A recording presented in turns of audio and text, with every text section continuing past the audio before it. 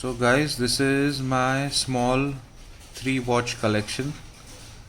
I just wanted to do a short video of my collection, which only consists of 3 watches. So let's start with the first one. This is on the right hand side. We have the Rolex Datejust model 116234. So everyone recognizes the Datejust easily, and this is a very classic model. As you can see, it's got the traditional Cyclops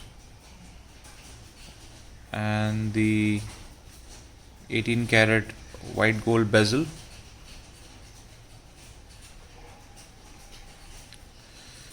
So this is the first watch which I bought many years back. I use this watch every day for the past many years. It's not been serviced at all, and it keeps good time. I don't plan of servicing the watch until it stops working. So this is a very classic model, a very classic piece. They don't make this model anymore. This model has been upgraded to a different model number. This is not available anymore. Also, this watch has this hidden clasp. It has a Jubilee bracelet with hidden clasp. So they don't make this anymore. You cannot get the hidden clasp anymore. So yeah, overall a very traditional piece. It has a Rolex movement. So Rolex make their own movements. So this watch has the Rolex 3135 caliber movement. So the size, you can see the size. This is 36 mm, this is 40 mm, and this is 39 mm.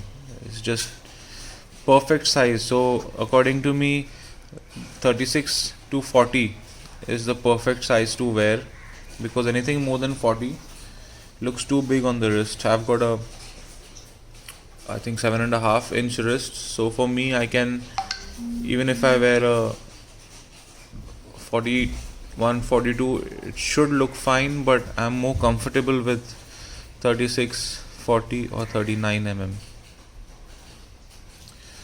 So now let's look at the second watch in my collection, which is, sorry, I'm just gonna, okay, so the second watch which I got as a gift is the Oris. It's also called as Oris Biko. This is all bronze. The middle links are all bronze, and the bezel is bronze. The beauty with this watch is it's very enjoyable to wear, because every day you can see a change in the color. I'm not sure if you can see with this on the screen. It changes color, so you get a nice patina. When I got the watch, it was a different color. It was sitting, I think it was sitting at the retailer since a couple of months, or maybe even a year or two. So it had developed a very dark patina on the bezel and the bracelet. But then, when I got the watch, I cleaned it, and then once you clean this watch, it has a very light color, like a pinkish color, pink or golden pink color mainly. And as you wear it, you can see now that it's kind of brown, the color. It has a nice brown color. So as the more you wear this watch, the more the color changes of the bronze. It's very enjoyable to wear this watch, because every day you see, as you can see the discoloration,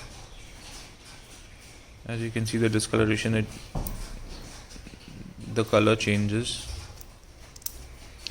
So this is 40 mm, 100 meter water resistant.